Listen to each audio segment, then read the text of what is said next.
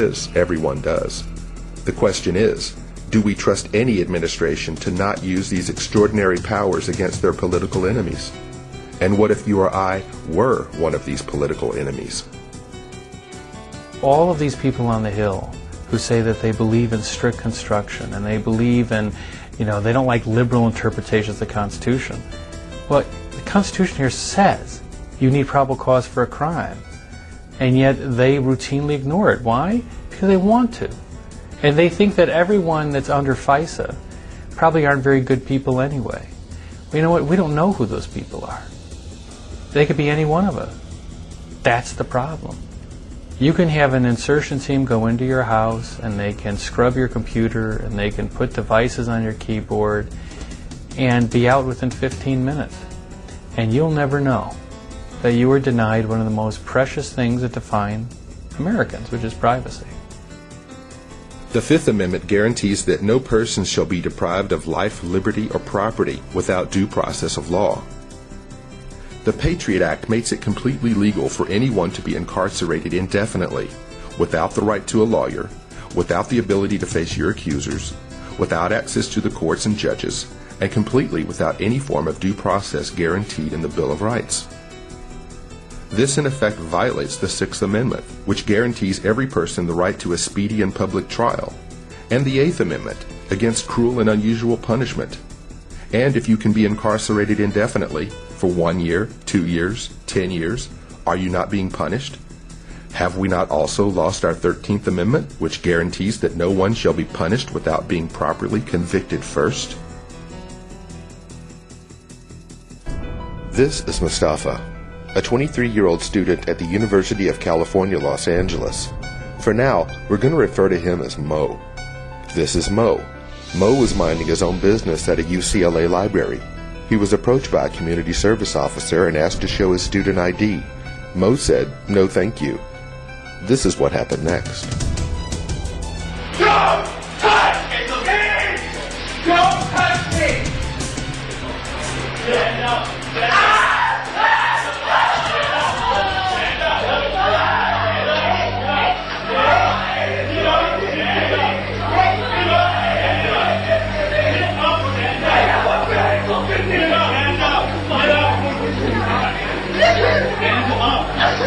Here's your Patriot Act!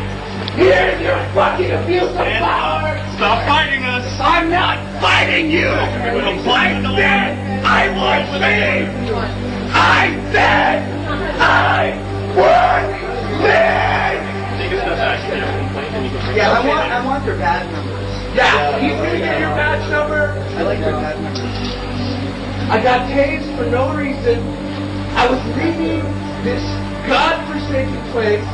You stopped me. You're abusing your power. You've just witnessed someone being tortured and incarcerated for refusing to show their papers to the authorities. Is this the society that we've created?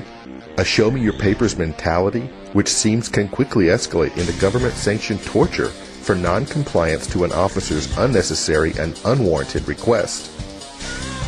Is it possible that the atmosphere which has been created by the USA Patriot Act has worked to embolden police officers to engage in activities that, under ordinary circumstances, would not be tolerated in the United States of America? Again, the question is asked, what happened to our basic right to privacy?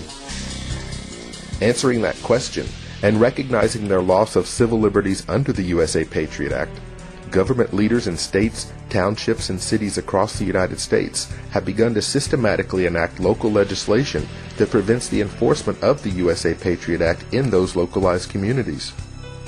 As the year 2007 closed to an end, there were 412 city, county, and state resolutions which had passed anti-Patriot Act legislation, with another 277 resolutions in the works.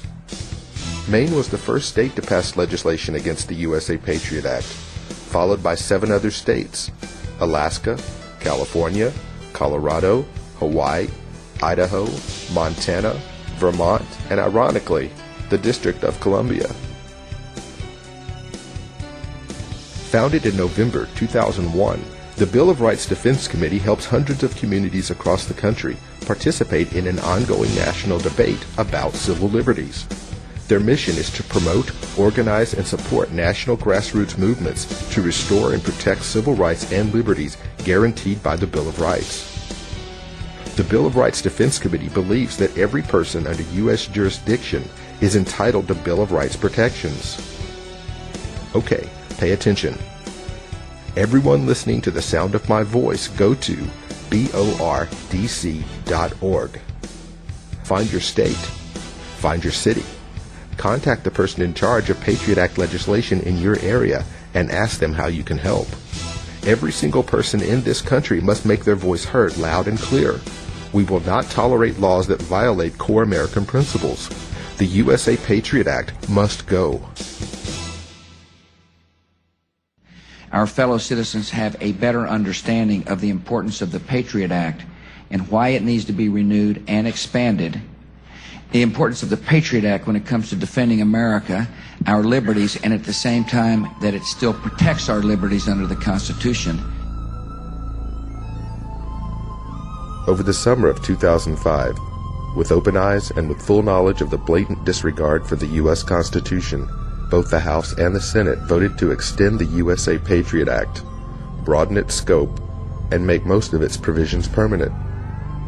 This legislation is essential not only to pursuing and punishing terrorists, but also preventing more atrocities in the hands of the evil ones. It only took 262 Republicans and 77 Democrats to kill the U.S. Bill of Rights.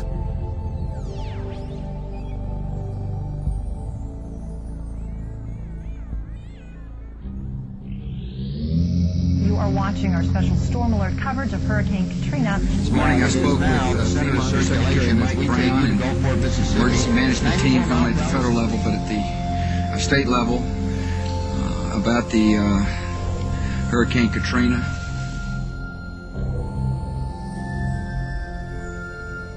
No one will be able to be armed. We will take all weapons. No one will be able to be armed. We will take all weapons. Police department! Police department, anyone home? All of a sudden, they were banging on the front door, the side door, and the back door. And they said, "Let us in." I said, "It's not even loaded." And I dropped it on the floor. You got a gun? Well, they punched me in the face. Look at my black and blue marks. Look at what they did to me. At the direct orders of New Orleans Mayor Ray Nagin, the New Orleans Police Department, the National Guard, DEA, ATF, and U.S. Marshals began breaking into people's homes at gunpoint, confiscating lawfully owned firearms, and in many cases, evicting the residents from their own homes. Most Americans believe that of all their civil rights, the one that they would never have to fear losing would be their Second Amendment right to keep and bear arms. However, in the wake of a declared state of emergency, when gun confiscation can legally take place, how do you draw the distinction between disarming law-abiding citizens and the true criminals at large? And an even better question is, how do you justify removing someone's only line of defense in a time of true crisis where ownership of a firearm may become your only way of defending you, your family, and your property from death and destruction?